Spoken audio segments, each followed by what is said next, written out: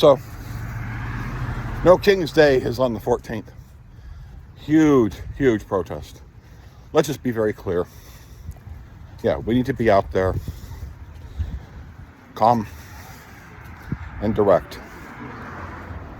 People, we don't need to be violent at all. 18 U.S.C. 242 and Bevan's actions are what we can do.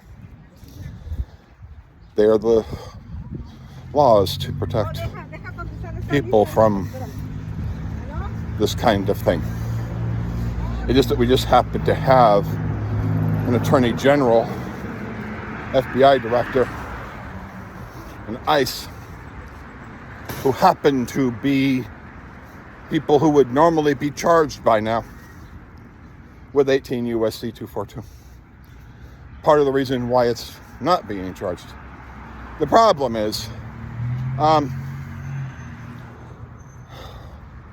where 18 U.S.C. 242 deals with like what happened in El Salvador, which is why they're trying to play the game as much as they can with Albrego Garcia and the others that went to El Salvador, because that's at the worst levels. That's where you have kidnapping in defiance of people's constitutional rights. And that's when you have potentially death under their constitutional rights. There's no statutes of limitations on that. And like as I've said in other videos, you can read the last sentence. In fact, you'll probably see it right here. The penalty includes the death penalty. That's what they know. They know they're facing a world of crap. Because 18 U.S.C. 242, deprivation of rights under color of law, is drilled into the memory of every single person who is a federal officer who has actually received training, who aren't these deputized dipshits who should have received training. But Trump didn't want people who had training. He wants thugs, he wants brutes, he wants people who will beat up people.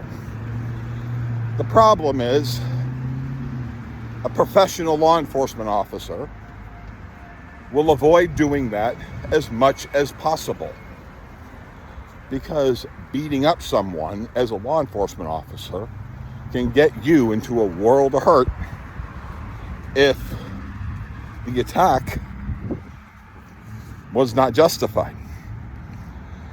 Every law enforcement officer knows that. They know it. They know they can get sued for it. They know they go to jail for it. They can lose a license for it. They all know that. This is no surprise to law enforcement officers. And I love law enforcement officers. They really help people like me. When I have a really damn bad episode of my stuff, those are great people. Here in my town, I know the people to go to when I'm started getting weird. And I'm observant enough and knowledgeable enough when it is going bad. And I face it. So I love law enforcement officers. So when I talk about 18 U.S.C. 242, I'm not saying it because I hate law enforcement officers. I'm saying because I know that makes them better.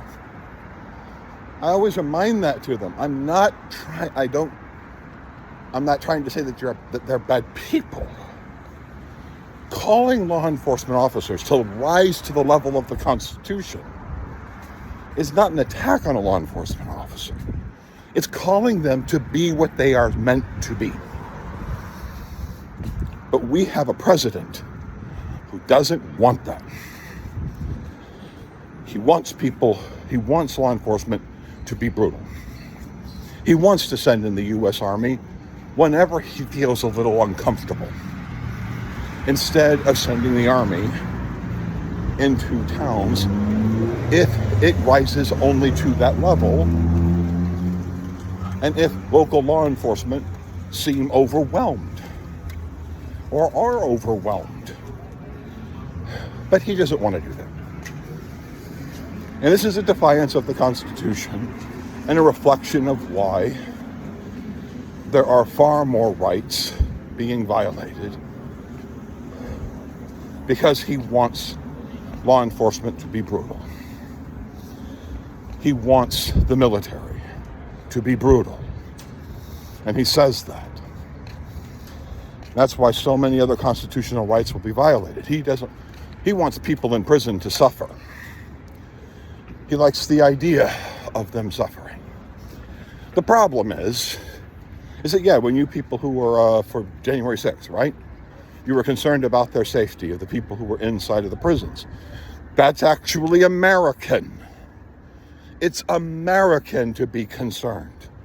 It's American to demand people not to suffer from cruel and unusual punishment, for the punishment to match the crime. And if a person is nothing much more than late on some filings with some paperwork regarding their residency or their migration or their immigration status, should not get you tortured. It should not put your life in jeopardy. It's because it's a paperwork issue. It's oops. Being a day late to showing up in front of a judge. Having one issue or that issue. Shouldn't get your life destroyed. Unless, of course, you're a bad person.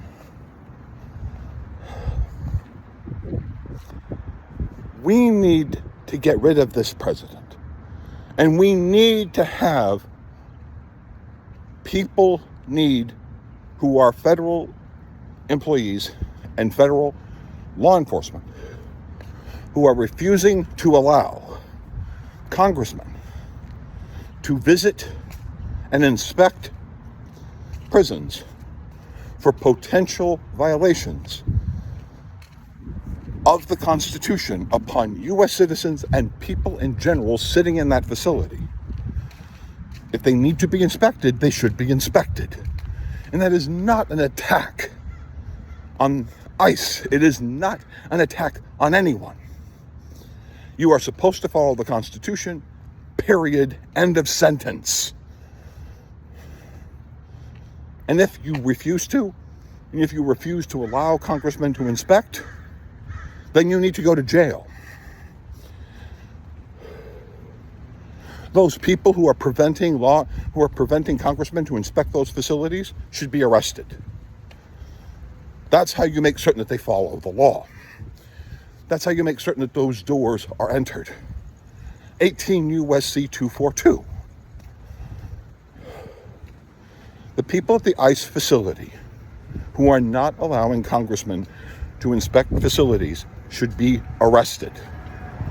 And then the congressman enters the building to make certain that the Constitution is being followed.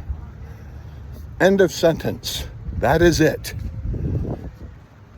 And I don't want to lock away the low-level employee because he's going to give the Nuremberg defense. I was just following orders. You know that. So who do you arrest? Their superiors. This is the time where you don't arrest the guardsmen. You arrest the superior for 18 U.S.C. 242. Because if there are people in that prison whose rights are clearly being violated, and these people are not allowing Congress people to inspect the facility if their constituents are being injured, if their constituents' rights are being violated,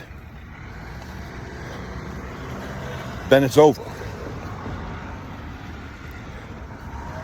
The discussion should be very simple. We need to see whether or not you are violating the rights of our constituents. Answer goes no. Then the Los Angeles Police Department and the Sheriff's Department of the state of California, and if necessary, yes, absolutely, the National Guard should grab that man who said no to a congressman who wants to make certain that their constituents' rights are being protected. You have that National Guard grab a hold of that person and say, you will allow this woman, this congressman, this congresswoman in. Because that's the Constitution. And that is that. And if Donald Trump is brutalizing people in those prison cells under ICE detention, you want to arrest the guy higher than him, hold that person in prison, and hopefully that person will rat the next level up. I do not care that much about what the grunt is doing. I'm less concerned with that person. I am more concerned with the people who are telling that grunt that he can get away with violating the constitutional rights of people within this country. That if they were deputized, specifically because they did not know the Constitution,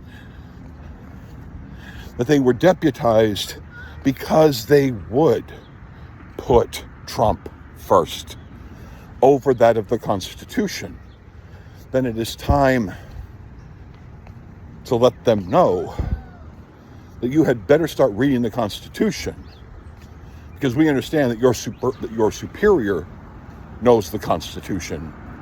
That person's going to pay, as so that grunt then prints out the Constitution and starts reading it appropriately. That the balances of the Constitution apply to everyone. Everyone. That the rules of the Constitution do not exclude anyone in this country. And that might be difficult for law enforcement sometimes to do, but it's supposed to be difficult. And you know why it's supposed to be difficult? Because that is what freedom is. Freedom is not and has nothing to do with a gun. Freedom has everything to do with ethics and honor. Just like Benjamin Franklin said, without honor, there is no freedom. And you know why? Because if the government does not possess honor and ethics and respect the Constitution, it doesn't matter how many guns you have. The United States military will have a drone wipe out your house from the other side of the horizon. Your freedoms, your supposed freedoms, exist so long as the government respects and acts honorably. And the moment people stop acting honorably, you lose your freedom. Because that's what Benjamin Franklin was getting at when he said without honor and ethics, then there is no freedom. And right now, our government is acting without honor and without integrity to people. The fact that there is simply suggestions that American citizens have been grabbed off the streets and are sitting in ICE detention centers because they screwed up and didn't bring their ID with them is not enough. It is not a good enough excuse.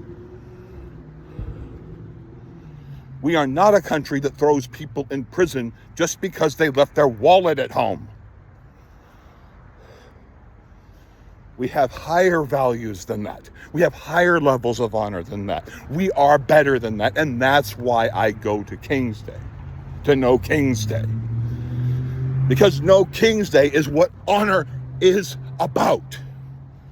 Without a government that respects honor, there is no freedom. This is a courthouse. This is where freedom shows up. This is the difference between freedom and not. But this is where honor must hold a higher value. Because if this place does not have honor, or people behind it do not have honor, they will take your freedom in an instant for belching improperly, or just because you said something bad that they don't like, or they believe that something is bad. This is not who we are. And if it means something more, if we need to take the actions that need to be taken, we must take them. But we must know, the people must know, that when it comes to that point, and if American citizens have been held by ICE, then the time is now. The time is now for law enforcement and for those people that will make up the National Guard, because that day is not that far.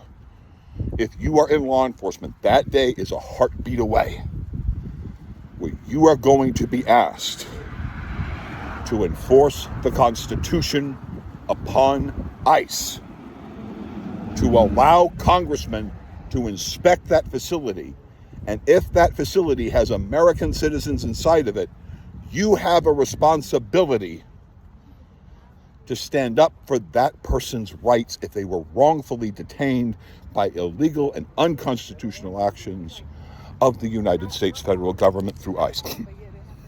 We must be better. But it starts with a mass movement to tell that law enforcement, to tell the National Guard, to tell our governors, to tell our government that if you protect our backs with regard to the Constitution, we got yours. But if you want to come against us, you should be scared out of your mind, because we're coming. And nothing is going to stop us in making certain that honor and integrity is this government. Because we understand what Benjamin Franklin said, that without honor, without ethic, there is no freedom. And it is time to hold our government to constantly stand for honor and ethic.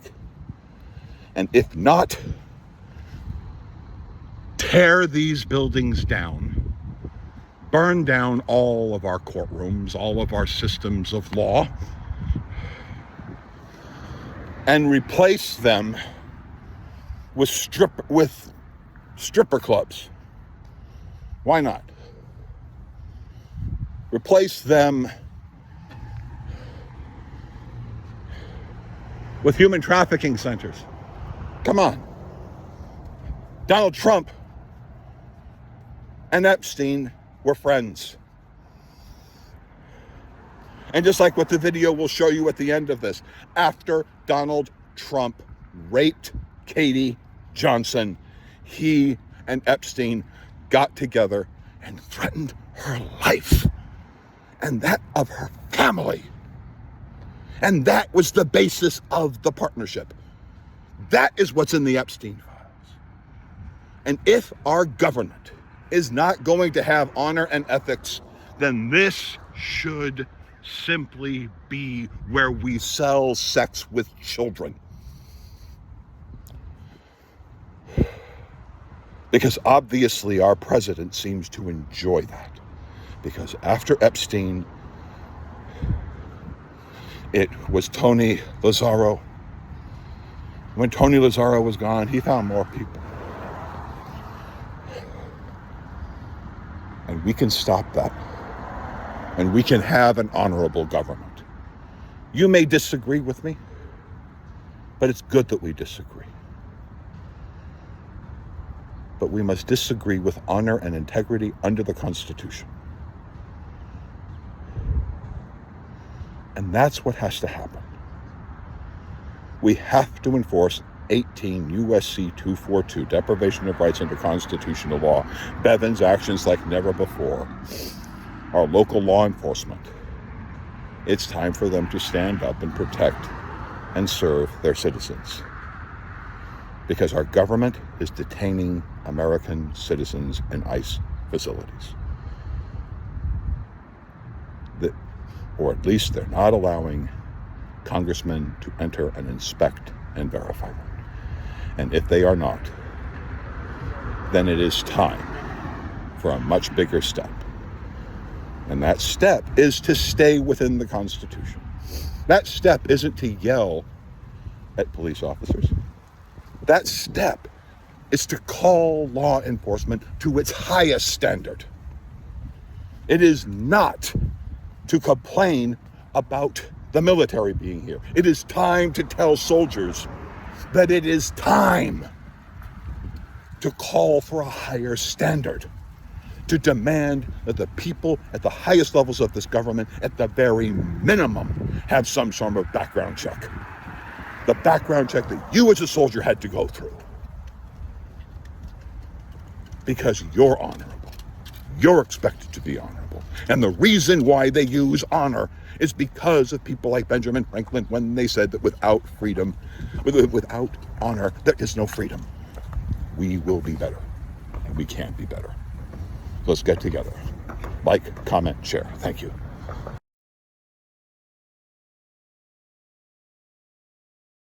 The last encounter that I had with Donald Trump, Tiffany approached me about a rape scene that was supposed to be played out, and I didn't like the sound of that at all. But Tiffany assured me that it wasn't going to be if it was anything I wasn't comfortable with, we could stop. That she would be right there, and that it wouldn't get out of hand, and that it was a fantasy, like it wasn't really going to happen.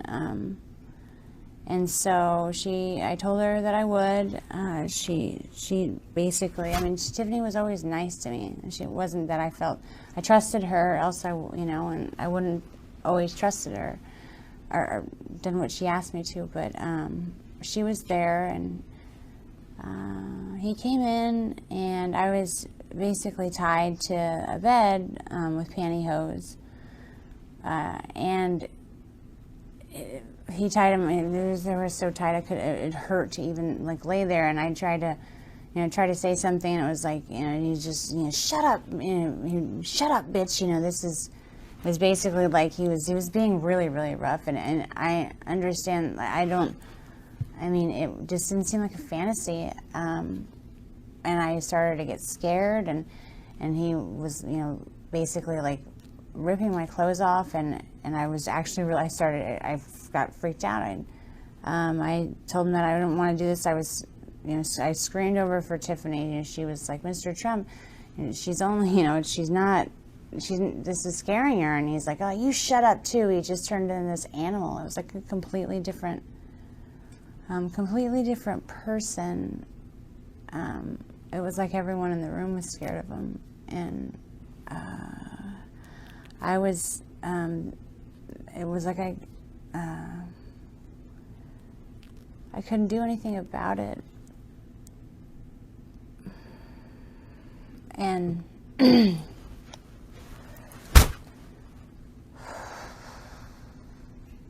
he ripped off all my clothes, and he started to basically have sex with me, and I was screaming because I'd never had sex before. It was my first time, and Tiffany was yelling at him too.